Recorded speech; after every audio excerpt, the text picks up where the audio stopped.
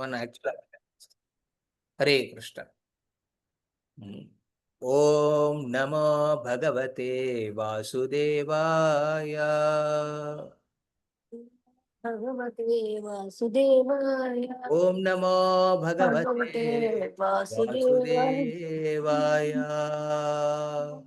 ఓం నమో భగవతే వాసుదేవాయ. ఓం నమో భగవతే వాసుదేవాయ.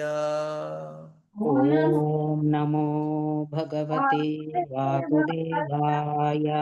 నారాయణ నమస్కృత్యం నరం చైవ నరోత్తమం దేవీం సరస్వతిం వ్యాసం తదో జయాముదీరయేత్. నష్టప్రాయేషు భద్రేషు నిత్యం భాగవత సేవయా భగవతీరుత్తమ శ్లోకైర్భక్తిర్భవతి నైష్టికి.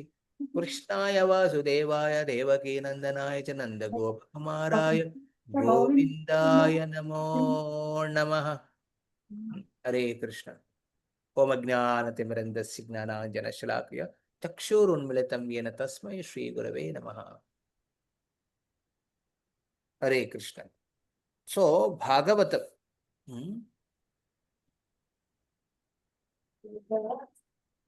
భాగవతం చదవడం వల్ల వచ్చే ఫలితాల గురించి మనం కొంత చర్చించుకుని, అప్పుడు ఈ భాగవతం ఈ ప్రపంచానికి ఏ విధంగా ప్రాకట్యమైంది, ఆ భాగవత మహిమ గురించి మనం చర్చించుకుందాం. పద్మపురాణంలో భాగవత మహాత్మ్య గురించి వర్ణిస్తూ అక్కడ ఒక కథనం ఉంది. ఆ కథనంలోకి మనం ప్రవేశిద్దాం. మొదటిగా ఈ భాగవతాన్ని ఎవరైతే ఆశ్రయిస్తారో వాళ్ళ జీవితాల్లో ఏమేం అవుతాయి అనే వాటి గురించి ఒక సంక్షిప్తంగా మనకు చర్చించుకుందాం. ఓకే, సో మీరందరూ చెప్పండి. ఓకే, ఇప్పుడు మీ అందరికీ మైక్ ఇస్తున్నాను. మీరు స్పెసిఫిక్గా రోజు భాగవతం చదువుతున్నారు, మీ ఈ భక్త సాంగత్యంలో రమణరావు ప్రభు అనితామాత రెగ్యులర్గా తీసుకుంటున్నారు, ఓకే, వింటున్నారు. ఎంతోమంది భక్తుల నుంచి మీరు వింటున్నారు. ఓకే, మీరు ఇప్పుడు చెప్పండి, వాట్ ఆర్ ద అడ్వాంటేజెస్? ఇప్పుడు భాగవతం చదవడం వల్ల వచ్చే లాభాల గురించి చెప్పండి. Yes, anyone? హరే కృష్ణ. ప్రణామాలు ప్రభుజీ. భాగవతం చదవడం వల్ల భక్తి అంటే ఏంటో తెలిసింది, భగవంతుడు అంటే ఏంటో తెలిసింది, భగవంతుని మీద ప్రేమ పెరిగింది. అలాగే భగవద్భక్తుల గురించి తెలిసింది ప్రభుజీ. అంటే భక్తులు ఎలా ఉండాలి అనేది ఆ భాగవతంలో ఉంది కదా ప్రభుజీ. భగవంతుడి భక్తులు ఎలా ఉంటారు, ఏమి ఆశించరు, కేవలం భగవంతుణ్ణి ఆశిస్తారు, భగవంతుని మీద ప్రేమగా ఉంటారు. మనం భగవంతుడికి కృతజ్ఞతగా మాత్రమే ఉండాలి, కానీ మనం భగవంతుడి నుంచి ఏమి కోరుకోకూడదు. భగవంతుడు ఇచ్చిన దాన్ని మనం తెలుసుకుంటే అసలు మనం అడగడానికి ఇంకేం ఉండదు. ఇవన్నీ భాగవతం ద్వారానే తెలిసాయి ప్రభుజీ మాకు. వెరీ ఇంపార్టెంట్ పాయింట్ మీరు చెప్పిన దాంట్లో. మోస్ట్ ఇంపార్టెంట్గా నాకు అనిపించింది ఏంటంటే, మీరు చాలా అంశాల గురించి ఇక్కడ చెప్పారు, లాభాల గురించి. భాగవతం నుంచి మనం భగవత్ ప్రేమ గురించి తెలుసుకోగలుగుతున్నాం. భగవత్ ప్రేమ అనేది చాలా చోట్ల చర్చించరు.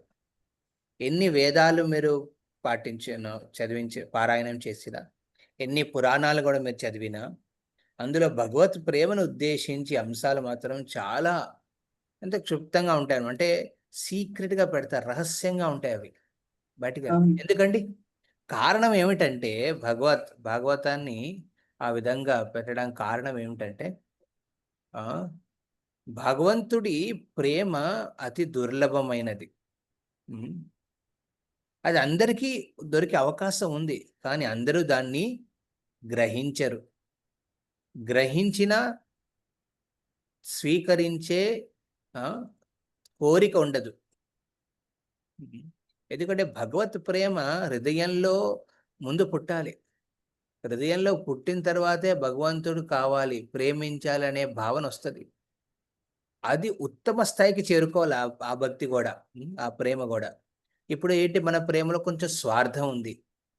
ఏ స్వార్థం? నాకేదో భౌతికంగా నేను బాగానే ఉండాలనే స్వార్థం ఒకటి ఉంటుంది. అప్పుడప్పుడు నెమ్మదిగా శుద్ధీకరణ అవుతే ఆ భావన మాత్రం మారి ఇప్పుడు ఓకే, నేను ఈ భౌతిక ప్రపంచ విముక్తుడవ్వాలనే ఒక స్వార్థం ఉంటుంది. ఆ స్వార్థం నుంచి కూడా బయటపడాలి. తర్వాత నేను భగవంతుడి పక్కన సాన్నిధ్యంలో ఉంటూ సేవ చేయాలనే ఒక స్వార్థం ఉంటుంది. దాని నుంచి కూడా బయటపడి నిస్వార్థమైన అహేతుకి అప్రతిహత, ఎలాంటి కారణాలు, ఎలాంటి ఆటంకాలు లేని నిస్వార్థ పరిపూర్ణ శుద్ధమైన ప్రేమని పొందడానికి మనం భాగవతం మనకి సహకరిస్తుందన్నమాట.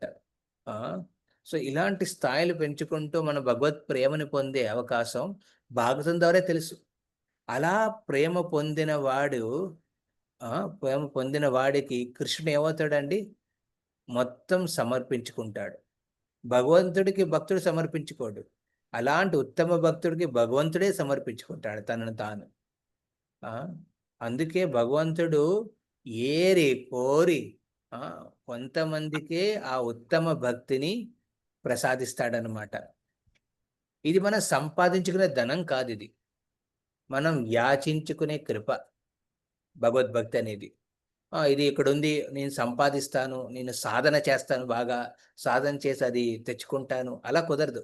ఆ, అలా మనం తెచ్చుకోలేం బాగా భక్తిని. భక్తిని మనం భగవంతుడి ప్రసన్నత కోసం మనం మన హృదయంలో మార్పు తెప్పించుకుంటాం, తెచ్చుకుని తద్వారా భగవంతుని ఆకర్షిస్తాం. అలా ఆకర్షించిన భగవంతుడు తానే స్వయంగా ఆ భక్తి భావన హృదయంలో ప్రకాశిస్తాడనమాట. సో ఇలాగ చెయ్యాలంటే ఏం చేయాలంటే మనం భాగవతాన్ని ఆశ్రయించాలి.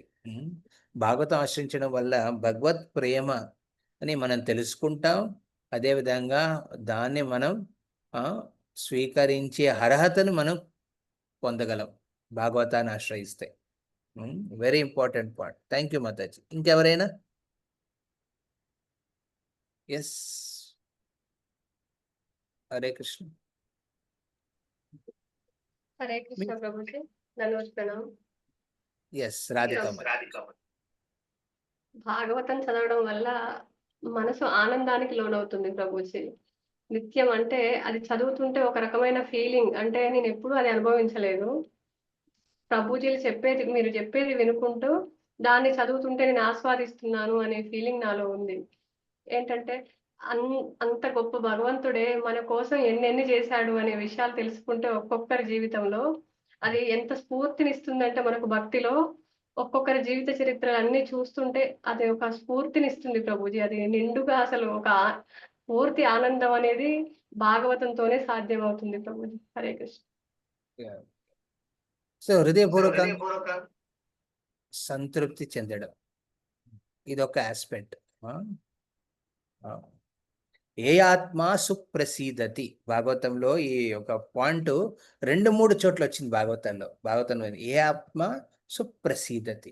ఆత్మ అంటే 3. ఆత్మ అంటే మన హృదయం, ఆత్మ అంటే మన మనస్సు, హృదయం, ఆత్మ అంటే మన శరీరం కూడా. సో భాగవతాన్ని ఆశ్రయించే వాళ్ళు హృదయపూర్వకంగా, మనస్సుపూర్వకంగా, మనస్సుకి శాంతిగా, హృదయ సంతృప్తి, మనస్సు శాంతి, అదేవిధంగా శారీరకంగా కూడా పరివర్తనలు అవుతాయి. శుద్ధీకరణ అవుతుందన్నమాట శరీరం. చూడండి, మీ లైఫ్ స్టైల్స్ మారుతాయి. భాగవతాన్ని ఆశ్రయించి చూడండి, భాగవతాన్ని పటాపట్ మన లైఫ్ స్టైల్ మారిపోతుంది అనమాట. అంటే భౌతిక వాంఛలు, భౌతిక ఆశలన్నీ అంటే అన్నీ పోవు, కానీ రెగ్యులేట్ అవుతాయి. చూడండి, రెగ్యులేషన్ వచ్చేస్తుంది. ఓకే, ఇది అనవసరమైనది. కామ, క్రోధ, లోభ, మోహ అనే ఆస్పెక్ట్స్ మీద మీ మనస్సు అంటే కేంద్రించే సమయం తగ్గిపోతుంది, క్షీణిస్తుంది. ఇది ఎందుకు, దాని గురించి ఎందుకు ఆలోచిస్తానని భావన వస్తుంది అనమాట. ముందు ఎలాగండి, ద్వేషాన్ని మనం ఎంతో ఆనందంతో ఆస్వాదించే వాళ్ళం. కానీ ఎప్పుడైతే భాగవతాన్ని ఆశ్రయిస్తానో ద్వేషించడం మంచిది కాదు, నాకు మంచిది కాదు, మిగతా వాళ్ళకు కూడా మంచిది కాదు. ఇలాంటి మార్పు మన హృదయపూర్వకంగా, మనస్సు లెవెల్లోనూ, శారీరకంగా ఇలాంటి మార్పులు వస్తాయి. ఇది మనలో మనం అబ్జర్వ్ చేయలేకపోవచ్చు, కానీ మిగతా వాళ్ళలో చేస్తాం. ఇందాక మాత చెప్పినట్టు, అరే వాళ్ళు చూడండి భాగవతం ఆశ్రయించి ఎలా మార్పు చెందారు. ముందు మొరటగా ఉండేవారు, ఇప్పుడు ఎంత నెమ్మదస్తులయ్యారు. ముందు కోపిష్ఠులుగా ఉండేవారు, ఇప్పుడు ఎంత ప్రియంగా మాట్లాడుతున్నారు. ఎన్నో దరిద్రమైన అలవాట్లు ఉండేవి ముందు, కానీ ఇప్పుడు అన్నీ మారిపోయినాయి. సో ఇలాగా భాగవతాన్ని ఆశ్రయిస్తే యూ సీ లాట్ ఆఫ్ ఇంట్లో మీకు భాగవతం ఉండాలి, లేకపోతే భాగవతాలు అవుతూ ఉంటాయి కదా. ఇంట్లో భాగవతం లేకపోతే భాగవతాలు అవుతుంటాయి. ఏదో భాగవతం, ఎవడో గొడవ, ఇది గొడవ, అది గొడవ, ఆ, వాడికి పెళ్లి కావట్లేదని, పెళ్ళి అయిన తర్వాత అది వాళ్ళకి రిలేషన్ బాగాలేదని, ఇప్పుడు ఇదని అదని, ఫైనాన్షియల్ ఇష్యూస్ అని, లీగల్ ఇష్యూస్ అని, కోర్ట్ అని, ఎన్నెన్నో భాగవతాలు నడుస్తుంటాయి. కానీ ఆ భాగవతాల నుంచి బయటపడాలంటే భాగవతాన్ని ఆశ్రయించాలి. వెరీ ఇంపార్టెంట్ పాయింట్ ఇది. ఓకే, ఎస్, థ్యాంక్ యూ మాతాజీ. యా, ఇంకెవరైనా మీరు మీ వ్యక్తిగత జీవితంలో భాగవతాన్ని ఆశ్రయించడం వచ్చిన లాభాల గురించి చెప్పండి. హరే కృష్ణ ప్రభుజీ. చెప్పండి. ఎస్ మాతాజీ. నాకేమనిపిస్తుంది అంటే ప్రభుజీ, ఇది వింటున్న తర్వాత భాగవతం అని భగవద్గీతలన్నీ వింటూ ఉన్నప్పుడు, సృష్టికి ముందు ఉన్నాను నేను, కృష్ణ భగవాన్ సృష్టి తర్వాత ఉన్నాను, ప్రళయాంతం అప్పుడు కూడా నేను ఒక్కడనే మిగిలి ఉన్నాను అన్నప్పుడు, అంటే అరే మనం వచ్చేటప్పటికి భగవంతుడు అన్ని సృష్టించి పెట్టాడు మన కోసము, వీటిని మనం అనుభవిస్తున్నాము. Yes. ఆయనకి కృతజ్ఞతలు చెప్పుకోవటం, ఒక్క చిన్న మాట తప్పితే ఇంతకన్నా మనం ఏమైనా చేయగలమా అని అనిపిస్తుంది ప్రభుజీ. అయితే స్వామి, నీ పాదాల పట్ల భక్తిని మాత్రం మర్చిపోకుండా చూడండి, ఎప్పుడూ నీ చరణారవిందార్పణమస్తు అనేటట్టుగా ఉండాలి. ఇంకొకటి ప్రభుజీ, అంతకుముందు ఎప్పుడైనా మనతో ఎవరైనా మాట్లాడని వాళ్ళు ఉంటే మాట్లాడాలనిపించేది కాదు. కానీ ఇప్పుడు ఏమవుతుందంటే, ఇవన్నీ వింటూ ఉంటే భగవంతుని గురించి వాళ్ళకు కూడా చెప్తే బాగుంటుంది కదా. నేను నా కోసం కాదు కదా, భగవంతుడి కోసం కదా, భగవంతుడి ఇట్లాగ చెప్తున్నారు వినండి అని లింక్ పంపించడము చేయడము, అలా మార్పును గమనించాను ప్రభుజీ. నాలో వచ్చిన మార్పు అదే అనిపించింది ప్రభుజీ. వండర్ఫుల్. చాలా ధన్యవాదాలు ప్రభుజీ. పర్సనల్ లైఫ్ లో దీన్నే భాగవతాన్ని ఆశ్రయించే వాళ్ళలో ముందు ఎలా ఉంటుంది, మన లైఫ్ ఎలా ఉంటుంది, ముందు జనరల్ గా ఈ సంసార జీవితంలో వచ్చిన ప్రతి ఒక్కరికి స్వార్థంతో వస్తారనమాట. భగవంతుడా నువ్వు వద్దు నాకు అని, మనం ఈ పరలోకంలో భగవంతుడి లీలల్లో భాగస్వాములయ్యే ఈ కోరికను వదిలేసుకుని, నువ్వు వద్దు, నువ్వు లేని చోట నన్ను పంపించు అని మనం అడిగాం భగవంతుడిని. అది ఎప్పుడు అడిగాం, టైం తెలియదు, అది ఎప్పుడు అడిగాం. అందుకే భగవంతుడు ఏం చేస్తాడు, ఈ మొత్తం ప్రపంచాన్ని సృష్టిస్తాడు. ఎందుకు? ప్రేమ. అరే నేను లేకుండా నువ్వు ఉండలేవు, భగవంతుడు తెలుసు అది. కానీ మనం దాన్ని స్వీకరించడానికి ఒప్పుకోలేదు. అందుకే ఏం చేశాడు భగవంతుడు, ఈ లోకాన్ని సృష్టించి తను మాత్రం ఎవరికి బహిరంగంగా కనపడకుండా వెనకాతలు ఉండిపోయాడు. తను వెనకాతలు ఉంటూ ఈ మొత్తం ప్రపంచాన్ని అంతటిని ఆయన ముందుకు సాగిస్తున్నాడు అనమాట. సో ఇది ఎవరైతే అర్థం చేసుకుంటారో కృతజ్ఞ భావంతో, వాళ్ళు భగవంతుని ప్రేమించాలనే కోరిక వాళ్ళ హృదయంలో పుడుతుంది. అందుకే ముందు మన జీవితంలో కృతజ్ఞ భావం డెవలప్ చేసుకోవాలి. ఈ సృష్టి అంతా సృష్టించి భగవంతుడు మాత్రం వెనకాతలు కూర్చుని అందరికీ సపోర్ట్ చేస్తారు. ఎందుకు? ముందెందుకు రావట్లేదు? ఎందుకంటే మనం చూడాలనుకోవట్లేదు కాబట్టి. మనం ద్వేషిస్తున్నాం కాబట్టి భగవంతుడు, అరే నేను ముందొస్తే మళ్ళీ వాడు బాధపడతాడు ఆ జీవి, అందుకే నేను వెనకాతలే ఉండి అన్నీ చూస్తాలే అని. ఏ విధంగా అయితే తల్లిదండ్రులు తన పిల్లల్ని ప్రేమిస్తారు, కానీ అప్పుడప్పుడు పిల్లలకి తల్లిదండ్రులు చెప్పే సలహాలు కానీ వాళ్ళు వాళ్ళ ఆశ్రయంలో ఉండాలనే ఉండదు, బయటికి వెళ్ళిపోవాలనుకుంటారు.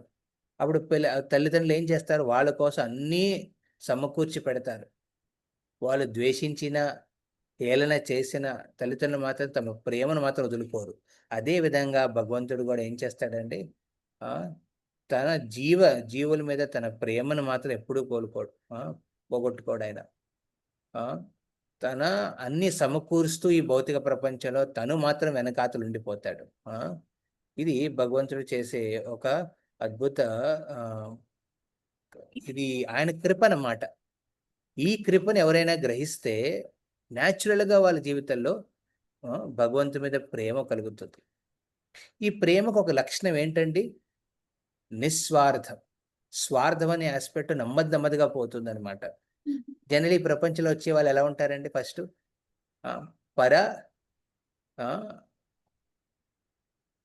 పర సుఖ దుఃఖి, ఇది ఫస్ట్ కేటగిరీ అనమాట. ఇది మీరు నేర్చుకోవాలి, మీరు తెలుసుకోలేదు జనరల్ ఇది. పరసుఖ దుఃఖి. ముందు ఒక ఒనిడా టీవీకి ఒక అడ్వర్టైజ్మెంట్ వచ్చేది అనమాట. ఒనిడా టీవీది, neighbours pride, sorry, neighbours envy owners pride, Onida TV అని. మీరు ఎప్పుడైనా వినే ఉంటారా? నో, టీవీలో అప్పుడు వచ్చేది ఫస్ట్లో ఒనిడా టీవీ. నైబర్స్ అంటే పరోలు ఈర్ష్య, అంటే మీ పక్కింటి వాళ్ళ ఈర్ష్య, సొంతింటి వాళ్ళ గర్వం. చూడండి, నా ఇంట్లో ఒనిడా టీవీ ఉంటే పక్కోడు దాన్ని చూసి ఈర్ష్యపడితే నాకు అందులో ఒక ఆనందం. ఇది సాడిస్ట్ ఆనందం అనమాట. పక్కోడు బాధపడుతుంటే మనకున్న సంపద చూసి మనం ఆనందించడం అనమాట. ఇది ఎలా అంటే పర దుఃఖ సుఖి. ఈ ప్రపంచంలో జనరలీ 2 రకాలు చూస్తాం, పర సుఖ దుఃఖి, పర దుఃఖ సుఖి. అంటే పక్కోడి సుఖాన్ని చూసి ఆనందించడం, సరే బాధపడడం, అలాగే పక్కోడి దుఃఖాన్ని చూసి ఆనందించడం.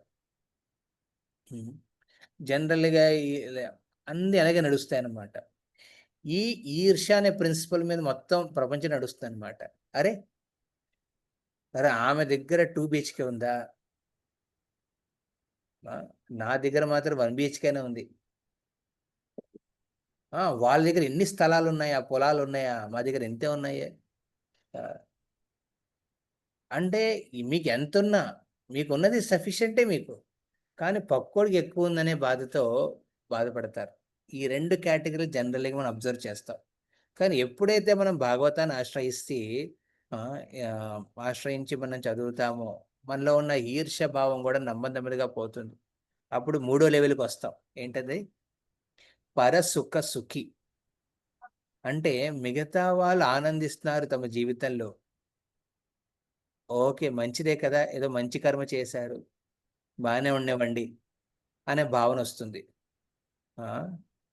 ఒక బ్రాహ్మణుడు ఒక ఇంట్లో ఉండేవాడు, ఎదురింట్లో ఇంకో బ్రాహ్మణుడు ఉండేవాడు అనమాట. ఒకరోజు తను ఏదో మాయా కలశం ఒకటి వచ్చి అందులోంచి జీనీ బయటకు వచ్చాడు. జీనీ రాగానే చెప్పాడు, నీకు నీ నీ ఎదురుగుండా వచ్చాం కాబట్టి నీకు ఏది కావాలంటే అది సమకూరుస్తాను, కానీ ఇందులో ఒక కండిషన్. ఏంటది కండిషన్? నీకు సమకూర్చిన ధనం కానీ ఏదైనా కానీ దానికి రెట్టింపు వాళ్ళకి సమకూరుస్తాను, నీ ఎదురింటి వాడికి. సరే, ఏదో నాకేం లేదులే అని ఆయన ఏమనుకున్నాడు, నాకు ఒక బంగ్లా నిర్మించన్నాడు. వెంటనే రాత్రికి ఆ జీని ఏం చేసింది, ఆ బ్రాహ్మణుడికి ఒక పెద్ద బంగ్లా క్రియేట్ చేసింది అనమాట. నియమం ప్రకారం ఏం చేస్తుంది అది, ఆ జీని ఆ రాత్రికే ఎదురింటి వాడికి 2 బంగ్లాలు చేసి ఇచ్చింది అనమాట. అరే ఇదేంటి ఇలాగా? సరే ఏదో ఒకటి, నాకు ఒక బంగ్లా వచ్చింది, బాగుంది, ఇప్పుడు నాకు మంచి అందమైన భార్య కావాలనుకున్నాడు ఆ బ్రాహ్మణుడు. వెంటనే జీని దాన్ని కూడా రాత్రి సమకూర్చాడు అనమాట. ఎంతో అందమైనది ధనవంతురాలైన ఒక భార్య వచ్చిందనమాట. కానీ పక్కుంటోడికి 2 భార్యలు వచ్చాడనమాట వాళ్ళకి. 2 అందమైన భార్యలు, వాళ్ళు కూడా ఎంతో ఆప్యాయతో మొగుడిని చూసుకుంటున్నారనమాట. తర్వాత అనుకున్నాడు, అరే ఇదేంటి, నాకన్నా రెట్టింపు వాడు ఆనందిస్తాడు, అరే వీడికి ఎన్ని ఉన్నాయని వాడు ఆనందపడట్లేదు, వాడికి ఎక్కువ ఉన్నాయని బాధపడుతున్నాడు. వెంటనే ఏం చేశాడు, ఓ జీని నాకు కన్ను పోవాలి అని. జీని అరే ఏంటిది, నీ కన్ను ఒకటి పోవాలంటే ఇది నీకు బాధాకరం కదంటే, నాకు ప్రాబ్లం లేదు, నా ఒక కన్ను పోతే వాడు 2 కళ్ళు పోతాయి, అందులో ఉన్న ఆనందం వేరు అని జీనిని ఒప్పించి మరీ ఆ వరాన్ని తెచ్చుకుంటాడు. తన ఒక కన్ను పోతుంది, పక్కుంటోడి ఎదురింటోడి బ్రాహ్మణుడి తన స్నేహితుడి 2 కళ్ళు పోతాయన్నమాట. అప్పుడు ఎంతో ఆనందంతో ఆ బంగ్లాలో కూర్చుని అనుభవించడం చేస్తాడనమాట. భౌతిక ఇది ఈ ప్రపంచంలో ఉన్న రకాలన్నమాట. పరదుఃఖ సుఖి, పరసుఖ దుఃఖి. కానీ 3వ రకం ఏంటండి, ఎప్పుడైతే బాధ వస్తే మనలో మార్పులు స్టార్ట్ అవుతాయి. అది ఏమవుతుందండి, పరసుఖ సుఖి. ఇంకోటి ఆనందాన్ని చూసి ఆనందపడ్డం. ఈ ప్రపంచంలో చాలా చోట్ల మీకు పిల్లలకు కానీ, పెద్దలకు కానీ ఎక్కడైనా ఎడ్యుకేషనల్ కాలేజ్‌లో అవ్వండి, కంపెనీస్‌లో అవ్వండి, లేకపోతే బిజినెస్ ఫీల్డ్‌లో కానివ్వండి, ఇలాంటి ప్రిన్సిపల్ ఉంటే మనం ఎంతోమంది స్నేహితుల్ని నమ్మకస్తులుగా మార్చుకోవచ్చు. ఏంటది? పరసుఖ సుఖి. ఇంకోళ్ళకి మంచి ఏదైనా అయిందనుకోండి, మనం వెళ్లి ప్రోత్సహించాలి. అంటే అప్రిషియేట్ చేయాలన్నమాట. వెరీ నైస్ అండి. మీకిది అన్నీ కుదిరినియి. మంచిది. మీరు మంచిగా ఉండండి. నేను భగవంతుని ప్రార్థిస్తాను మీకు ఇంకా కంటిన్యూ అవ్వాలని ఇలాగా. ఆనందంగా ఉండాలని. సో, ఆ విధంగా ఇలాంటి అప్రిషియేషన్ చాలా మందికి దొరకదు. ఆ! ఇప్పుడు ఎవరికైనా మంచి జాబ్ వచ్చింది. స్కూల్‌లో అనుకోండి మంచి ర్యాంక్ వచ్చింది ఒకరికి. ఆ సెకండ్ ర్యాంక్, థర్డ్ ర్యాంక్ వాళ్ళు ఎళ్లి అప్రిషియేట్ చేయాలి. "అరేయ్! You did very nice. నువ్వు చాలా చేశావు. నీకు మొదటి ర్యాంక్ వచ్చింది. థాంక్ యూ" అని. అప్పుడు వాళ్ళు మీతో మీ మీ మీ మీద నమ్మకాన్ని ఇంకా పెంచుకుంటారు. ఆ! నమ్మకస్తులు కావాలంటే మన జీవితంలో ఎప్పుడూ మిగతా వాళ్ళని మనం అప్రిషియేట్ చేస్తూ ఉండాలన్నమాట. ప్రశంసిస్తూ ఉండాలన్నమాట. హ్మ్. వాళ్ళు చేసే మంచి పని, వాళ్ళు సంపాదించిన మంచి పేరు వాళ్ళ- హరే కృష్ణ. హ్మ్. సో, ఈ విధంగా ఇది. దాని తర్వాత నెక్స్ట్ లెవెల్ వస్తుందండి. ఏంటంటే పరదుఃఖ దుఃఖి. ఇంకోడి దుఃఖాన్ని చూసి మనం బాధపడ్డం. ఇది హైయెస్ట్ లెవెల్ అన్నమాట. పరదుఃఖ దుఃఖి. ఇంకోడి దుఃఖాన్ని చూసి అరే! వాడి లైఫ్ ఇలా ఎందుకు అవుతుంది అని బాధపడ్డం. చాలామంది ఈ ప్రపంచంలో ఎన్నో సామాజిక కార్యక్రమాలు చేస్తారు. దేనికోసం? హ్మ్. ఇంకోటి దుఃఖాన్ని చూసి వాళ్ళకి తట్టుకోలేక వాడు ఏదో దుఃఖం నుంచి బయటపడాలని. ఆ దుఃఖం కూడా భౌతికంగా ఉంటుందన్నమాట. శారీరకంగా ఉన్న దుఃఖాల గురించి చూస్తారు కానీ, ఆధ్యాత్మికంగా ఉన్న దుఃఖాన్ని ఎవరు గమనించరు. ఎప్పుడైతే భాగవతాన్ని ఆశ్రయిస్తామో మనం ఆధ్యాత్మికంగా గూడా మనం చూడొచ్చు. అరే! నా జీవితంలో కృష్ణ భక్తి వల్ల వచ్చిన లాభాన్ని వాడి జీవితంలో లేదే.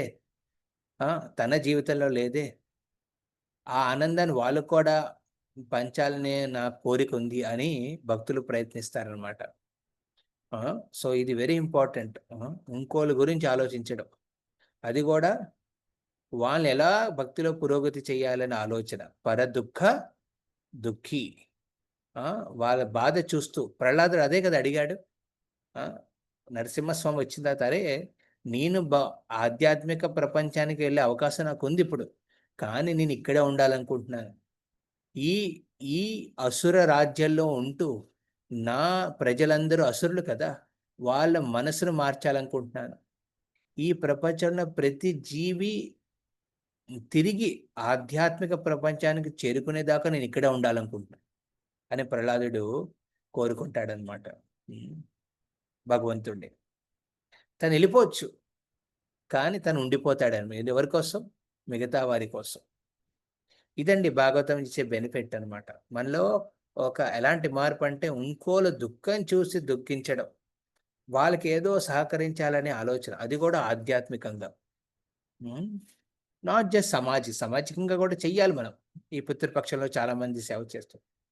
సామాజికంగా చెయ్యాలి. అదేవిధంగా ఆధ్యాత్మికంగా కూడా మనం సహకరించే ప్రయత్నం చేయాలన్నమాట. ఈ ఈ పితృపక్షంలో బెస్ట్ తర్పణం అంటే భాగవత తర్పణం. దీని గురించి మన ఒక కథనం ఉంది. దాన్ని చర్చించుకుంటాం. Hare Krishna. Thank you very much. మీరందరూ చాలా ఇంపార్టెంట్ పాయింట్స్ చెప్పారు భాగవతం గురించి. ఇంకా ఉన్నాయి సెర్టైన్‌లీ. బట్ ఇప్పుడు మనం ఒక పర్టిక్యులర్ యాస్పెక్ట్ ఇవాళ భాగవతం గురించి నేను ఒక పద్మ పురాణం నుంచి ఒక అద్భుత కథనాన్ని ఇక్కడ వ్యక్తం చేయాలనుకుంటున్నాను. భాగవత మహిమను అది విస్తరిస్తుందన్నమాట. సో, పూర్వంలో ఒకరోజు నారదముని ఈ భౌతిక ప్రపంచంలో కలియుగం ఆరంభమైందని తన వీణను తీసుకుని వచ్చాడనమాట. అన్ని ప్రదేశాలను దర్శించుకుంటున్నాడు. తను మొదటి ప్లేస్ వెళ్ళింది ప్రయాగం. ప్రయాగంలో త్రివేణి సంగంలో ఎంతోమంది స్నానాలు చేయడానికి వచ్చారు. పవిత్రులు అవ్వడానికి, పాపాల నుంచి విముక్తులు అవ్వడానికి వచ్చారు అక్కడ. పుణ్యాన్ని సేకరించడానికి, అదేవిధంగా అక్కడ ఉన్న అమృతాన్ని గ్రహించడం కోసం. కానీ అక్కడికి వచ్చిన నారదమునికి ఒక విషాదమైన ఉమ్, ఒక పరిస్థితిని చూశాడనమాట. అక్కడ ఏంటి, అక్కడ అందరూ కొట్టుకుంటున్నారు, స్నానాలు చేస్తున్నారు, ఆ, విష్ణు విష్ణు విష్ణు అని స్మరిస్తూ స్నానాలు ములుగుతున్నారు. కానీ ఒకడి మీద ఒకడికి ద్వేషం, కలహాలు, గొడవలు, మనస్పర్ధలు నడుస్తున్నాయి. ఎంతో బాధపడ్డాడు. అరే ఏంటిది, త్రివేణి సంఘంలో కూర్చుని గొడవ పెట్టుకుంటున్నారు వీళ్ళు ఇక్కడ అని ఎంతో బాధపడి నారదముని ఇంకో తీర్థ స్థలానికి వెళ్ళాడు. దేనికి వెళ్ళాడండి? పుష్కరిణికి వెళ్ళాడు. పుష్కరం బ్రహ్మదేవుడు స్వయంగా ఈ ప్రపంచానికి అందజేసిన ఒక తీర్థస్థలం పుష్కరం. పుష్కరం వెళ్ళి చూస్తే అక్కడ కూడా వాళ్ళు అదే చేస్తారు. అలా ఉత్తర భారతంలో అన్ని చోట్ల అదే నడుస్తున్నప్పుడు దక్షిణ భారతానికి వచ్చాడు. దక్షిణ భారతంలో పుష్కరాలలో చూశాడు. అక్కడ కూడా స్నానాలు చేస్తున్నారు పవిత్రులు అవ్వడానికి, కానీ వాళ్ళ మనసులో ఉన్న కామ క్రోధ లోభాలను మాత్రం వదులుకోవట్లేదు ఎవరు. అది ములగడం ఒక ఒక ఒక జస్ట్ ఒక కర్మ కింద మారిపోయింది అంతే. తర్వాత బాధపడుతూ ఏం చెయ్యాలి, ఈ కలియుగ వాసులకు ఏం చెయ్యాలని బాధపడుతూ తను బృందావనానికి చేరుకున్నాడు అనమాట. ఎక్కడికండి? బృందావనానికి. ఎందుకంటే కృష్ణుడు ఈ ప్రపంచానికి వచ్చినప్పుడు తన బృందావనాన్ని ఎంచుకున్నాడు. ఓకే, కృష్ణుడు అప్రకట్టమై వెళ్ళిపోయిన తర్వాత నారదుని అనుకున్నాడు, బృందావనంలో ఏదో ఒక రహస్యాన్ని పెట్టుంటాడు కృష్ణుడు అని నెమ్మదిగా బృందావనాన్ని చేరుకున్నాడు. కానీ బృందావనంలో భావం అలా, అక్కడ కూడా చాలామంది యమునా నది తీరాన కూర్చుని స్నానాలు చేయడానికి వెళ్ళలేదు. అక్కడ యమునా నది తీరాన ఎంతోమంది కృష్ణ లీలస్మరణ చేస్తున్నారనమాట. ఇంకో చోట చూశాడు, ఎంతోమంది సంకీర్తన చేస్తున్నారు కృష్ణనామాన్ని. అప్పుడు అనిపించింది, ఈ ఒక్క ధామం కలియుగంలో ప్రతి జీవికి ఒక ఉపశమనం ఇచ్చే ఒక అద్భుతమైన ప్రదేశం ఈ బృందావనం. కానీ అలా ఆనందపడుతున్న నారదమునికి ఎదురుగుండా ఒక విషాదమైన ఒక విషయాన్ని గమనించాడనమాట. అక్కడ యమునా నది తీరాన ఒక కదంబ వృక్షం కింద ఒక యవ్వన స్థితిలో ఒక యువతి కనపడింది అనమాట. ఎంతో అపారమైన అందాన్ని కలిగిన ఒక యువతి కూర్చుని బాధపడుతుంది. ఎందుకురా బాధపడుతుంది అని చూస్తే పక్కనే ఇద్దరు వృద్ధ బ్రాహ్మణులు, వృద్ధులు ఇద్దరు బ్రాహ్మణులు అక్కడ పడుకుని ఉన్నారు, లేవలేకపోతున్నారు. ఇప్పుడే మరణిస్తారేమో అనే అంత సిచ్యువేషన్కి వచ్చారు వాళ్ళిద్దరు. ఆవిడ ఇరుపక్కన ఆ యువతి పక్కన ఆవిడని చుట్టుతూ ఒక 7 సఖులు. ఓకే, 7 సఖులు ఏం చేస్తున్నారండి? విసునుకర ఇస్తున్నారనమాట.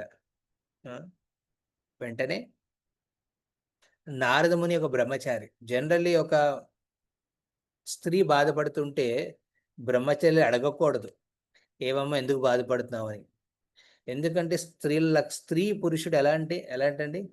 స్త్రీ అంటే ఒక అగ్ని లాంటిది అనమాట, పురుషుడు ఐస్ లాంటి వాడు అనమాట. రెండింటిని ఒక చోట చేస్తే అవుతండి, ఐస్ కరిగిపోతుంది అనమాట. అందుకే పూర్వంలో కో ఎడ్యుకేషన్ కన్సెప్ట్ లేదు, సెపరేట్ అందరూ, పురుషులు సెపరేట్, స్త్రీలు. అదే బ్రహ్మచారి సాధువు అవుతే వాళ్ళు ఇంకా కేర్ఫుల్గా ఉండాలి లేడీస్తో. అది విశేషంగా వాళ్ళు ఎప్పుడైతే మానసికంగా లోలో ఉన్నారో అప్పుడు వాళ్ళే పలకరించి మాట్లాడి, అలాగే ఆడవాళ్ళు కూడా సాధువులతో మేము బాధలో ఉన్నాం, మా వ్యక్తిగత జీవితంలోని ఆస్పెక్ట్స్ పర్సనల్గా ఒక సాధువుకి చెప్పాలనే ఉద్దేశాలు ఉండకూడదు. అందులో ఎవరికీ లాభం కాదు, ఆ సాధువు కూడా, బ్రహ్మచారి కూడా లాభం కాదు, ఆ స్త్రీకి కూడా లాభం కాదు. అలాంటి ఆస్పెక్ట్స్ ఉంటే ఒక వైష్ణవిని కలిసి వాళ్ళకి చెప్పుకోవాలి. లేకపోతే పతికి చెప్పుకోవాలి, హస్బెండ్ చెప్పుకోవాలన్నమాట. ఈ విధంగా కొన్ని నియమాలు ఉంటాయి, నిబంధనలు ఉంటాయి. ఇప్పుడు నారదముని ఆ యువతి ఏడుస్తూ బాధపడుతుంటే వెళ్ళి పలకరించాలి అనిపించలేదు, కానీ అక్కడ అంతమంది ఉన్నారు కాబట్టి వెంటనే వెళ్ళి నారదముని అక్కడ, ఏమమ్మా, ఈ బృందావనంలో మొత్తం భారతదేశంలో అతి ఉత్తమమైన దేశం ఈ దేశం అది. ఇక్కడ హృదయానికి ఒక సంతృప్తి కలుగుతుంది, మనసుకి శాంతి కలుగుతుంది. అలాంటి ప్లేస్లో ఎందుకు బాధపడుతున్నావు అని అడిగాడు.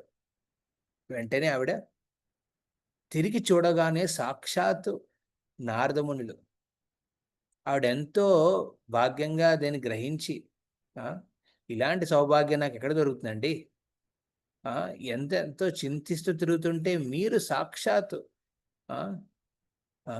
అవును దేవర్షి నారద స్వయంగా అక్కడికి వచ్చాడంటే, వెంటనే ఆవిడ పంచాంగ ప్రణామం చేసి 2 చేతులు జోడిస్తూ తన కథనాన్ని విన్నపించుకుంది. అక్కడ చెప్పింది ఆవిడ. ఏం చెప్పింది? నా పుట్టుక ద్రవిడ దేశంలో కావేరీ నది సమీపాన అయ్యింది.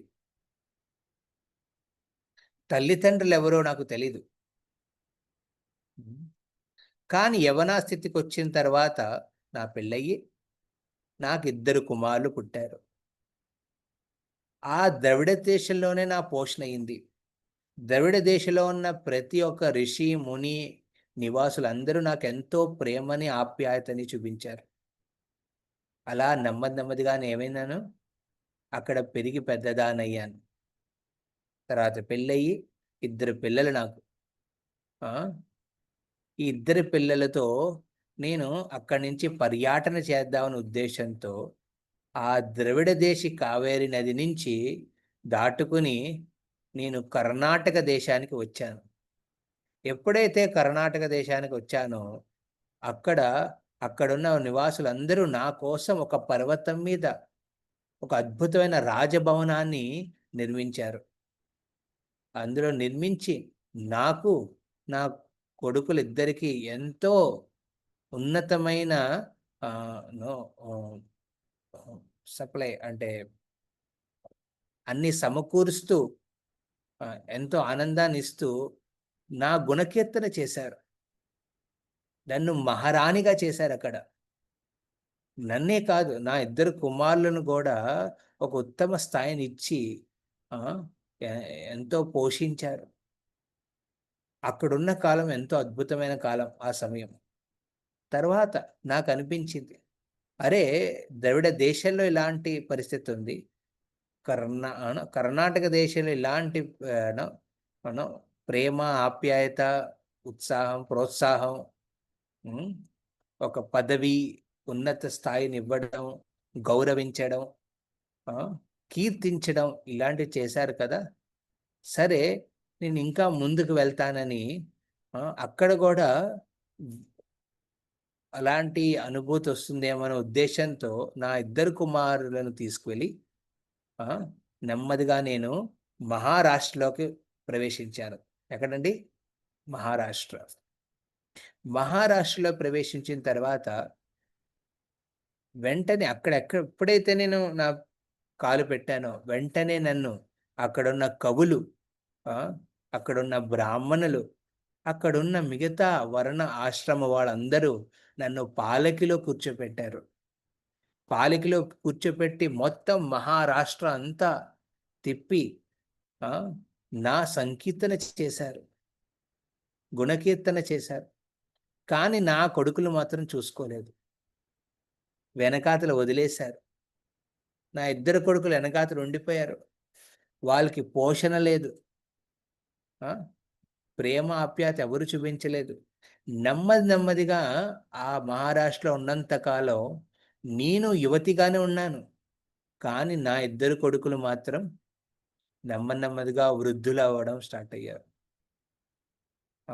ముసలి వాళ్ళ కింద మారిపోతున్నారు, శారీరకంగా క్షీణించిపోయారు. అరే ఇదేంటి, నా స్వార్థం అని, నా కోసమని ఇక్కడ ఉండకూడదే, నా కొడుకుల కోసం ఏమవుతుందనే బాధతో నేను ఏం చేశాను, మహారాష్ట్ర నుంచి నేను ప్రయాణం చేసి సౌరాష్ట్రకి వచ్చాను. అది నేను చేసిన మొదటి అతి అనవసరమైన కార్యం ఏంటండి, సౌరాష్ట్రకి రావడం. సౌరాష్ట్రకి నా పిల్లలు అనారోగ్యం నుంచి బయటపడతాన ఉద్దేశంతో అక్కడికి వచ్చిన నాకు ఒక వికృతమైన అనుభూతి కలిగింది. ఆ సౌరాష్ట్రలో ఉన్న ప్రతి ఒక్కరూ నన్ను అసలు పట్టించుకోలేదు. నన్ను వదిలేండి, నా కుమార్తె నా కొడుకులేం పట్టించుకుంటారు వాళ్ళు. నన్నే నెట్టేశారు. ఒక స్థలం ఇచ్చారు, అక్కడ ఉండమన్నారు. కొన్ని మర్యాదలు ఇస్తాంలే, మీరు అక్కడి నుంచి బయటికి రాగొద్దని చెప్పారు. వాళ్ళు మాత్రం తమ సమయం అంతా మిగతా కర్మలు చేస్తూ తమ జీవితంలో ఈ భౌతిక సుఖాన్ని అనుభవించే పరిస్థితికి వెళ్ళిపోయారు. అలా బాధపడుతున్న నేను కూడా నెమ్మదిగా నా శరీర అందం, శక్తి అన్నీ క్షీణించడం స్టార్ట్ అయినాయి. నేను కూడా ముసలిదాని కింద మారిపోతున్నాను. అరే, నేనే ఇప్పుడు ముసలిదైపోతే నా పిల్లల్ని ఎవరు చూసుకుంటారు? ఇలాగా వాళ్ళ అనారోగ్యం నుంచి ఎలా బయటపడతానని భయంతో సౌరాష్ట్ర నుంచి నెమ్మదిగా తప్పుకుని వచ్చేసాను. సౌరాష్ట్ర అంటే గుజరాత్. ఆ సౌరాష్ట్ర నుంచి తప్పించుకుని నేను ఈ బృందావన ధామంలో కాలు పెట్టాను. ఎప్పుడైతే ఇక్కడ కాలు పెట్టానో మళ్ళీ నా సౌందర్యం, శక్తి అవన్నీ తిరిగి వచ్చినాయి. ఒక అందమైన యువతి కింద మారిపోయాను నేను. హృదయంలో ఏంటో తెలియని ఒక ఆనందం. ఆ ఆనందంతో నేను 2 చేతులు ఎత్తి నృత్యం చేశాను. ఆడుతూ పాడుతూ బృందావనంలో గోవర్ధన పరిక్రమ చేశాను. యమునాలో స్నానం చేశాను. వెంటనే నా మనసుకి గుర్తుకొచ్చింది, అరే నా కొడుకులేరి అని తిరిగి చూడగానే ఏమైంది, నా కొడుకులు మాత్రం ఇంకా మహారాష్ట్రలో వాళ్ళ అనారోగ్యం పాలయ్యారు. సౌరాష్ట్రలో ఇంకా క్షీణించింది. అదే బృందావనం రాగానే వాళ్ళిద్దరు ఇంకా ముసలి వాళ్ళ కింద మారిపోయారు. ఇదిగో చూడండి నారదముని, నా పక్కనున్నది వృద్ధ బ్రాహ్మణులు కాదు, నా కొడుకులు. ఇప్పుడు వృద్ధులయ్యి మరణాస్థితికి చేరుకున్నారు. మీరే ఏదైనా చెయ్యాలి అని చెప్తాడు. అప్పుడు మొదటిసారి నారదముని పరివరాజకాచార్యుడు కదా, మొత్తం భారతదేశం అంతా తిరిగాడు ఆయన, భూలోకం అంతా తిరిగాడు, భౌతిక ప్రపంచం అంతా తిరిగాడు, వైకుంఠాలు తిరిగిన ఆయన అర్థమైంది ఈవిడెవరన్నది. ఎవరమ్మా ఈవిడ? భక్తిదేవి. భక్తిదేవి. జ్ఞాన వైరాగ్యాలు ఆ పుత్రులు. సో భక్తిదేవి స్వయంగా అర్థమైంది. ఆవిడ పుట్టింది ఎక్కడండి? ద్రవిడ దేశంలో. కలియుగ ఆరంభంలో ద్రవిడ దేశ కావేరి నది సమీపాన అల్వార్లు వచ్చారు. ఎవరండి? అల్వారులు. ఈ అల్వార్లు 12 మంది. ఈ 12 మందిలో ఒక ఆవిడ ఆండాలు, ఆవిడనే మనం గోదాదేవి కింద పూజిస్తాం. ఈ 12 మంది ఒక మహాజనులు, ఉత్తమ భక్తులు అన్నమాట. వాళ్ళు జన్మించింది కలియుగ ఆరంభంలో. వాళ్ళ జీవన లక్షణం ఏంటంటే భక్తిని ఈ ప్రపంచానికి అందజేయడం. తమ ప్రబంధనాల ద్వారా దివ్య దేశాలలో భగవంతుని గుణకీర్తన చేస్తూ ఆ భక్తిని పోషించారు, పెద్దగా చేశారు. సో భక్తి చేస్తున్నప్పుడు న్యాచురల్గా మన జీవితంలో 2 వస్తాయి. ఇందాక మాట్లాడుకున్నాక చాలామంది షేర్ కూడా చేశారు. ఓకే ప్రభుజీ, నాకు ఇలా సాక్షాత్కారం, ఇలా వైరాగ్యం. సాక్షాత్కారం అంటే జ్ఞానం, వైరాగ్యం అంటే ఈ భౌతిక వాంఛల నుంచి, భౌతిక కోరికల నుంచి మనకున్న ఆశ పోవడం నెమ్మదిగా. ముందు టీ కాఫీ మీద ఇంట్రెస్ట్ ఉండేది, ఉల్లి వెల్లుల్లి మీద ఇంట్రెస్ట్ ఉండేది. ఎప్పుడైతే భాగవతం ఆశ్రయిస్తామో నెమ్మదిగా వాటి మీద కోరిక పోతుంది. దాని వాసనే పడదు. ఇలాంటి పరిస్థితి వస్తారు. ఇప్పుడు కొంతమంది పడుతుందేమో, బాగుంటుందేమో ఉల్లిపాయ పకోడీ తినడం కోసం, మంచి టీ తాగడం కోసం. కానీ ఎవరైతే నెమ్మదిగా ఆశ్రయించి ఆస్వాదిస్తారో భాగవతాన్ని, ఇవి కూడా నెమ్మదిగా వైరాగ్యం వస్తుందన్నమాట. ఈ జ్ఞాన వైరాగ్యాలు అనేవి ఏంటంటే భక్తి వల్ల వచ్చే న్యాచురల్ అవుట్కమ్స్ అన్నమాట. అందుకే వాళ్ళిద్దరు ఎవరండి? భక్తిదేవి కొడుకులు అన్నమాట. వాళ్ళు కూడా పోషణ అయింది ద్రవిడ దేశంలో. నెమ్మదిగా ఎక్కడికి వెళ్ళారండి వాళ్ళు ద్రవిడ దేశం నుంచి? ఎస్, కర్ణాటక మాత ప్రభుజీ. వింటారు కదా మీరు? గుజరాత్ వింటున్నాను. గుజరాత్ లాస్ట్ లో వెళ్ళారు మీరు. లాస్ట్ లో వెళ్తారు గుజరాత్. ఫ్లైట్ వేసుకుని గుజరాత్ వెళ్ళిపోలేదు. భక్తిదేవి నడుచుకుంటూ వెళ్ళింది అనమాట. ఓకే, ద్రవిడ దేశం నుంచి, ద్రవిడ దేశం అంటే మన దేశం సౌత్ ఇండియా అనమాట. విశేషంగా ఆంధ్ర, విశేషంగా తమిళనాడు అనమాట. తమిళ దేశంలో ద్రవిడ దేశం. ఆ తమిళ దేశంలో పుట్టిన భక్తిదేవి, పోషించబడిన భక్తిదేవి తన ఇద్దరు కొడుకులు జ్ఞాన వైరాగ్యాలతో ఎక్కడికి వెళ్ళిందండి? కర్ణాటక వెళ్ళింది. కర్ణాటక వెళ్ళి. కర్ణాటకలో మధ్వాచార్యులు ప్రాకట్టమయ్యారు. కలియుగం కొంత సమయం తర్వాత మధ్వాచార్యులు మొదటి ఆచార్య అనమాట. ఆ మధ్వాచార్యులు వచ్చి ఏం చేశారు? భక్తి తన విశిష్ట ద్వైత తత్వం ద్వారా, ద్వైత ఫిలాసఫీ, ద్వైత సిద్ధాంతం ద్వారా భక్తికి ఒక ఉన్నత స్థాయిని ఇచ్చారు ఆయన. ఇప్పుడు దాకా లేని ఆ భక్తి అనే విలువ, భక్తి ఆస్పెక్ట్ విలువని ఎంతో ప్రాచుర్యం చేశాడు ఆయన. చేసి దాంతో పాటు ఆయన ఎంతో వైరాగ్యాన్ని, జ్ఞానాన్ని కలిగిన వాడు. తన శిష్యులతో పాటు కలిసి మొత్తం మాయావాది తత్వాన్ని అంతా ఖండించాడు ఆయన అన్నమాట. ఆ విధంగా జ్ఞాన వైరాగ్యాలు కూడా ఎంతో ఉన్నత స్థాయిని పొందాయి. ఎక్కడ? కర్ణాటక దేశంలో.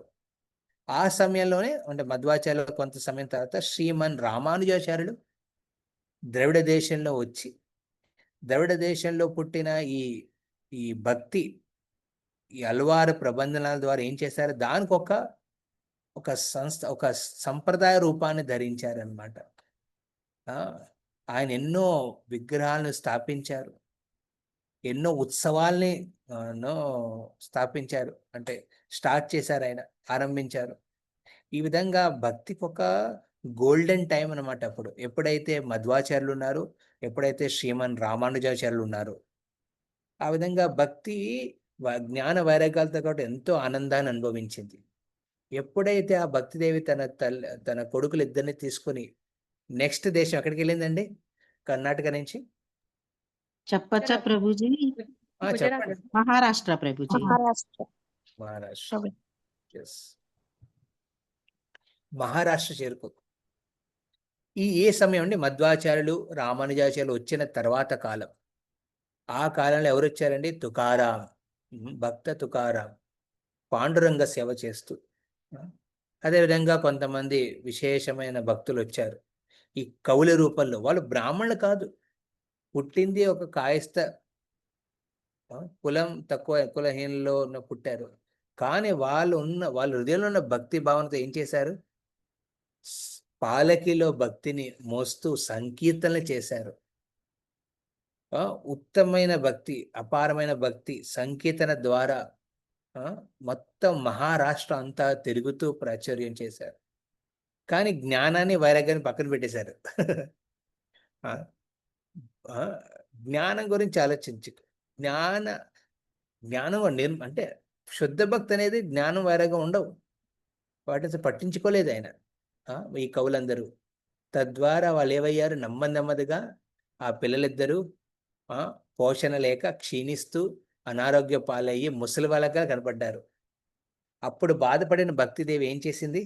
తన ఇద్దరు కొడుకులు జ్ఞాన వైరాగ్యాలు తీసుకుని, మహారాష్ట్రలో ఉంటే బాగుంది నాకు, కానీ వీళ్ళకి మాత్రం పోషణ లేదే. ఎందుకంటే జ్ఞాన వైరాగ్యం అనేది ఈ జ్ఞానం అంటే ఏంటంటే భక్తి జ్ఞానం. ఓకే, ఈ జ్ఞానం అంటే భౌతిక జ్ఞానం కాదు. ఈ జ్ఞానం అంటే భక్తి జ్ఞానం.